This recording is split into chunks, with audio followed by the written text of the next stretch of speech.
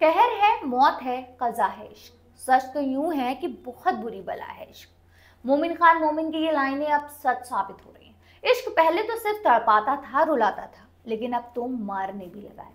वो भी ऐसी मौत की सुनकर ही रूह कांप जाए, जिसके साथ जीने मरने की कसमें खाई जाती है, रात की नींद साथ में उड़ाई जाती है, जिसके लिए घर समाज से एक लंबी लड़ाई लड़ी जाती है।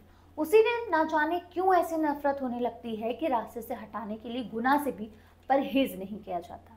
ऐसा खूनी खेल खेला जाता है कि सुनने वाला सन्ने रह जाता है। मेरठ से लेकर जयपुर तक यही हुआ। चाहे मेरठ की मुस्कान हो या फिर जयपुर की गोपाली, दोनों ने अपने ही हाथों से अपनी ही मोहब्बत का गला घोट दिया। दोनों ने नए इश्क की चाहत में पुराने इश्क की बलि ले ली। आइए इन दोनों की दिल दहला देने वाली कहानी आपको बताते हैं। नमस्ते, मेरा नाम आमिना है और आप देख रहे हैं आपकी खबर। चलिए सबसे पहले जानते हैं मेरठ की कातिल मुस्कान की खौफनाक कहानी, जो आजकल ट्रेंड भी कर रही है।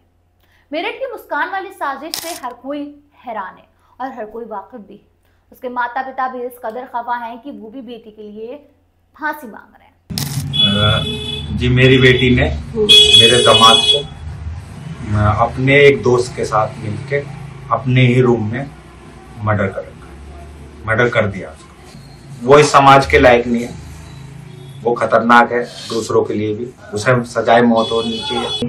मैं अपने हस्बैंड से एग्रीड हूँ और पूरे इस बात से कह रही हूँ कि सौरभ जो क्या है, मैं केवल ये दिखावे के लिए नहीं बोल रही, हम दिल से बोल रहे हैं। वो बच्चा बहुत अच्छा था, इंसान बहुत बुरा करे, बहुत बुरा।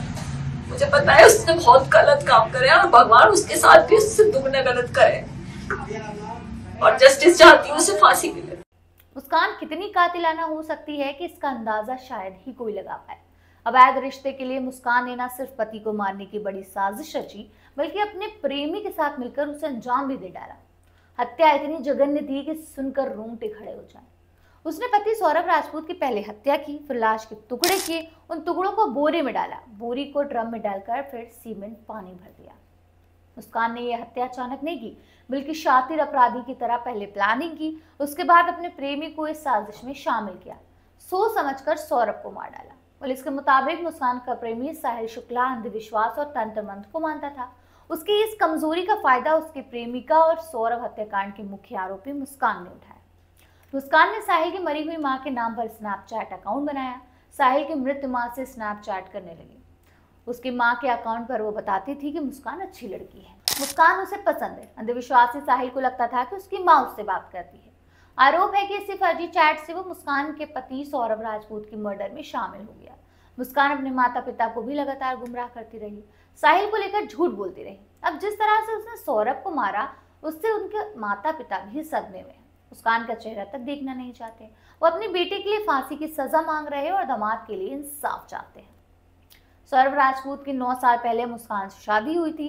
साल 2016 में सौरभ और मुस्कान की मुलाकात हुई थी। मुलाकात दोस्ती में बदल गई और फिर दोस्ती प्यार में। सौरभ ने मुस्कान को बताया था कि वो मर्चेंट नेवी में काम करता है, लंदन में पोस्टेड है। मुस्कान शादी के लिए तैयार थी, लेकिन सौरभ के घर वाले मुस्कान से उसकी शादी के लिए तैयार नहीं थे। लिहाजा सौरभ ने घर वालों की मर्जी के खिलाफ जाकर मुस्कान से शादी कर ली। शादी के बाद वो 6 महीने के लिए लंदन चला गया। कुछ दिनों बाद पता चला कि वो वहां किसी बेकरी में काम करता है। उसकी माली हालत भी ज्यादा सही नहीं थे। इधर सौरभ और मुस्कान को एक बेटी हुई। मुस्कान अकेले अपनी बेटी के साथ किराए के मकान में रहती थी। इसी दौरान उसकी मुलाकात साहिल शुक्ला के साथ हुई, जो स्कूल के दिनों से उसको जानता था। देखते ही देखते दोनों बेहद करीब आ गए। साहिल अक्सर मुस्कान के घर आने जाने लगा। दोनों घर में शराब और ड्रग्स का नशा करने लगे। साल 2021 में सौरभ लंदन से मेरठ आया तो उसे अपनी पत्नी के नए रिश्ते की सच्चाई पता चली। साल 2023 में दोबारा लंदन चला गया, लेकिन 2025 में वापस मेरठ आने के बाद साजिश का शिकार हो गया। खैर, अब जानते हैं जयपुर की गोपी की कहानी, जिसने अपने पति को ऐसी नींद सुलाई कि वो फिर दोबारा कभी उठ नहीं सका। जी हाँ, जयपुर में भी मेरठ जैसे हत्याकांड का खुलासा हुआ। यहाँ भी एक महिला ने अपनी प्रेमी के साथ मिलकर पति की हत्या कर दी। जयपुर पुलिस के मुताबिक 16 मार्च को मुहाना क्षेत्र में रिंग रोड नेवटा पुलिया के पास एक अधजला शव मिला था। उसकी पहचान बन्ना लाल सैनी के तौर पर हुई। पुलिस जब मृतक के घर पहुंची तो पूछताछ में पुलिस को उसकी पत्नी गोपाली देवी पर शक हुआ। पुलिस ने जब सख्ती से पूछताछ की तो पूरे मामले का पर्दाफाश हो गया। गोपाली ने प्रेमी दीनदयाल के साथ मिलकर पति की हत्या कर डाली, बोरे में शव डालकर जंगल ले गए। पुलिस ने ब्लाइंड मर्डर मामले का 24 घंटे में पर्दाफाश कर आरोपी पत्नी सहित एक युवक को गिरफ्तार किया। आरोपी महिला मृतक की पत्नी है, जिसने अपने प्रेमी के साथ मिलकर अपने ही पति को मौत के घाट उतार दिया। आरोपी प्रेमी और प्रेमिका ने मृतक के सर पर लोहे के सरिये से वार कर रस्सी से उसको गला दबाया और फिर उसकी बॉडी को प्लास्टिक के कट्टे में डालकर जंगल में ले गए। वहां दोनों ने मिलकर डेड बॉडी को आग लगा दी। उसके बाद भागने की फिराक में थे, लेकिन पुलिस ने गिरफ्तार कर लिया।